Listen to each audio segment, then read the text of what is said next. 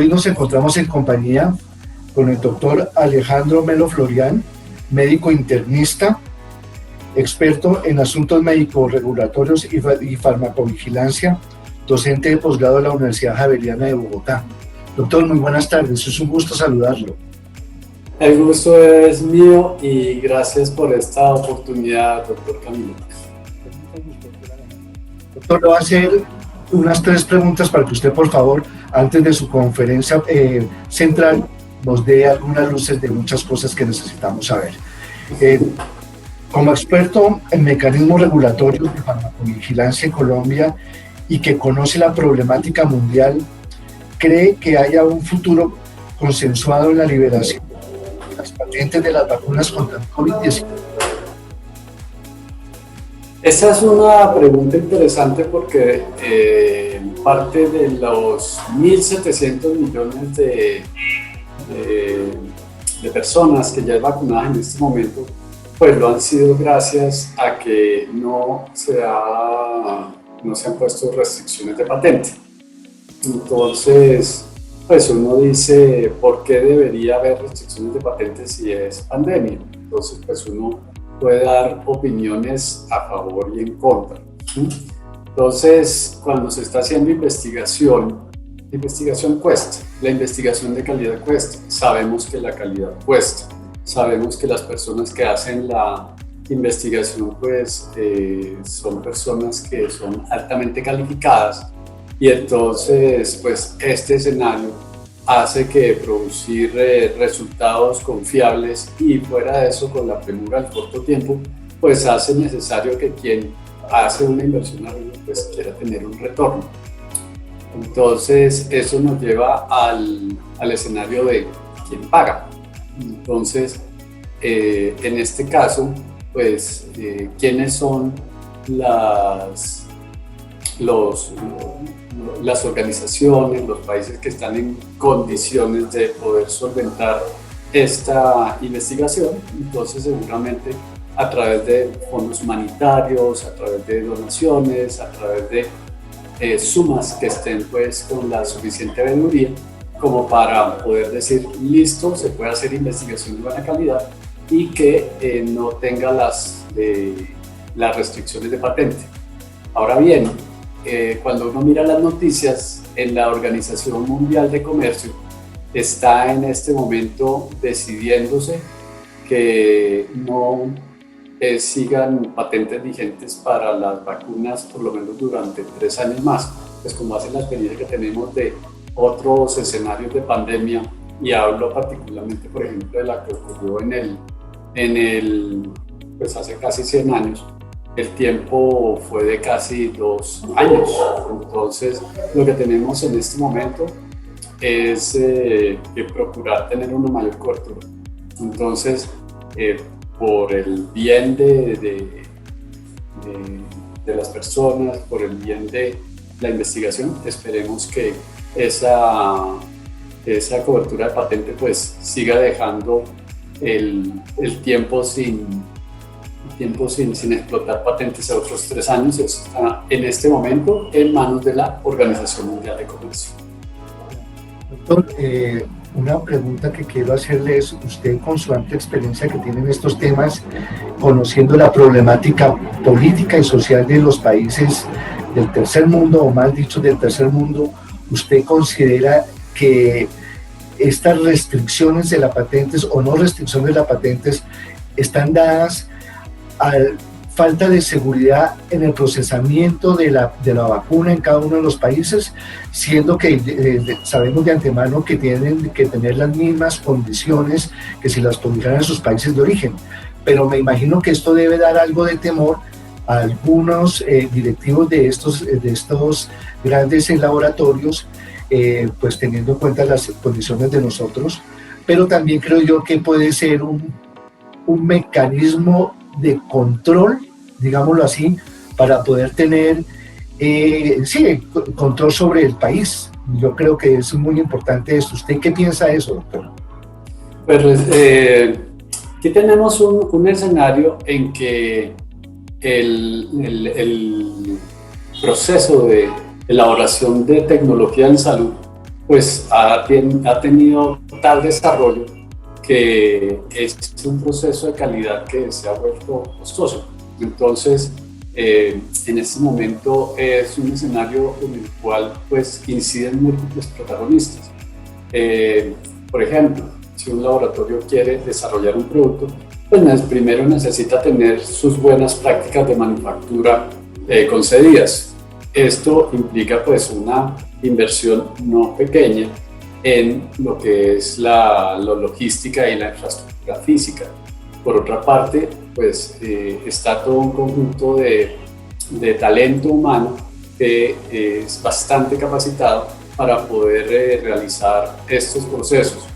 Una vez sale el producto, una vez sale esta tecnología en salud disponible para la población y para los profesionales sanitarios, entonces pues hay una serie de costos fijos y entonces estas tecnologías pues deben salir con un determinado precio. Pero si, por ejemplo, nos topamos, y eso fue una situación que pasó recientemente en Colombia, y es que si los productos empiezan a tener regulaciones de precios muy estrechas, entonces no dejan margen de viabilidad para esta tecnología en salud, entonces sencillamente es muy difícil tenerla. Y si se construye, por ejemplo, un laboratorio, una instalación que sea para producción de vacunas, pues esto cuesta bastante dinero. Y hay que mirar otra cosa, las deudas que se hacen muchas veces para estos créditos no suelen ser créditos blandos, entonces si no se cuenta con apoyo y si se va a hacer una inversión de varias decenas de miles de millones de pesos para hacer para sacar esta instalación, pues uno necesita lo que se llama, necesita ver algo de retorno financiero. Si no lo tiene, pues es difícil. Entonces, a eso me refiero con que es un escenario complejo de muchos protagonistas y que está multirregulado y en el cual pues no hay un futuro claro en cuanto a que esta vacuna pues se siga produciendo. Correcto, doctor.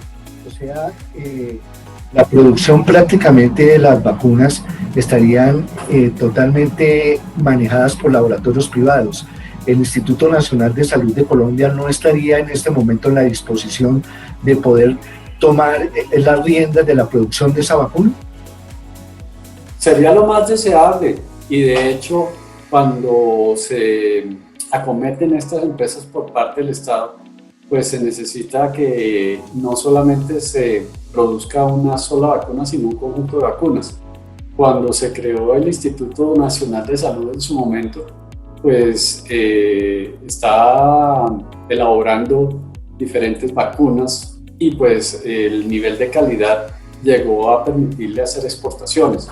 Pero por diferentes manejos y por diferentes contingencias, pues el Instituto Nacional de Salud dejó de producir esas vacunas. Pero en este momento, si se tiene la voluntad política, entonces el Instituto Nacional de Salud tiene esa trayectoria, tiene el talento y lo podría hacer.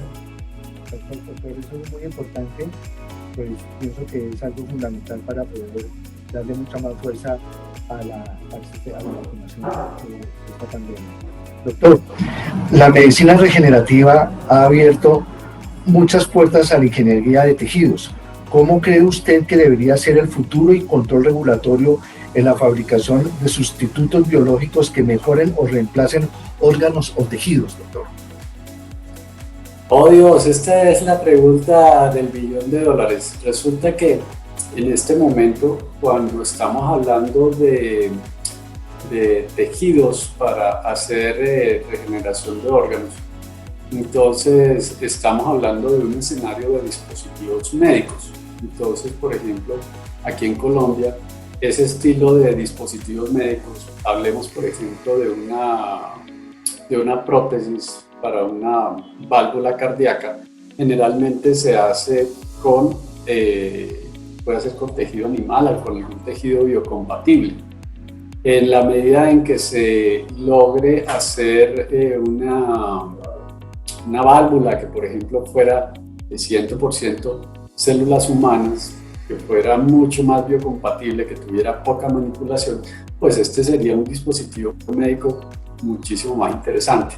Aquí es donde viene la gran complejidad del tema, porque entonces se necesita contar con determinados tipos celulares para poder hacer el cultivo. Se necesita contar con participación, por ejemplo, de comités bioéticos que estén aprobando el origen de las células. Sabemos que, por ejemplo, y esto alguna vez lo estuvimos hablando con el doctor Camilo y con el doctor Pedro, estaba la restricción en cuanto a las células, en la investigación con células madre. Entonces, este es un tipo de investigación que necesita estar regulada estrechamente por filósofos, por bioeticistas, por expertos en este tema ético, para poder sacar un producto que tenga la mejor idoneidad en su origen, que sea completamente rastreable y que, por otra parte, cumpla estos requisitos que, por ejemplo, ha planteado la FDA muy interesantemente, que son los de tener la menor manipulación, que sean eficaces, es decir, que cuenten con estudios clínicos y que fuera de eso sean seguros. Entonces, tenemos un escenario complejo de múltiples evaluaciones y entonces el futuro depende de tener consensos entre diferentes instituciones reguladoras, diferentes instituciones éticas a nivel mundial. Entonces, por ejemplo, las agencias regulatorias grandes, tenemos la FDA, tenemos la Agencia Europea, tenemos el Therapeutic and Goods de Australia, tenemos la agencia japonesa. Entonces, un consenso entre estas agencias permitirá tener un documento, una declaración que sea mucho más clara en cuanto a políticas y que en cuanto a que aglutine, entonces en cuanto a que tenga consenso interno, logrará reconocimiento externo. Correcto, doctor. O sea que de todas maneras en este momento tenemos que seguir jugando con la histocompatibilidad para poder tener un efecto positivo, para poder llegar a un beneficio total del paciente. Sí, sí. Aquí de pronto traigo a colación algo que dijo en su momento Yuval Noah Harari cuando estaba hablando de Homo Deus, y es que hay que ser muy cuidadosos en que hay una línea limítrofe muy delgada entre lo que es terapéutico y lo que se usa para mejorar, porque esto de paso ya va a tener un impacto social muy, muy grande. Claro, social y religioso, que diría yo, porque ahí entran a jugar muchísimas fuerzas que pueden torpedear las cosas. Interesante, doctor, muy interesante lo que usted nos dice. Doctor, ¿cuál cree que sea la plataforma para la información y financiación de la investigación médica en regeneración de tejidos? Por ejemplo, en este momento la NIH ha sido precursora en poder tener esas bases químicas, esas bases de identificación de las moléculas, esas bases de identificación de los genes que están a la vista del público para poder empezar a manejar un conocimiento que sea reproducible, que sea universal, que sea verdadero, o sea, que se ajuste al enfoque científico de producción de ciencia, un conjunto de conocimiento organizado, sistematizado, y en la medida en que se logre mucho más de visibilidad de este material, de que otras plataformas lo soporten, que sigan igualmente los apoyos gubernamentales en la medida de lo posible para que esto sea visible, pues esto permitirá avanzar la investigación, porque cuando se cuenta con esto, pues es más fácil seguir adelante. Y por otra parte, pues además de tener esta base de datos, también se necesita la formación del personal de investigación que también contribuya a aumentar el conocimiento de estas bases, de este material que ya está. Por otra parte, también hay que contar con multilateralidad, en el sentido de que este conocimiento pues cuente con la mayor cantidad de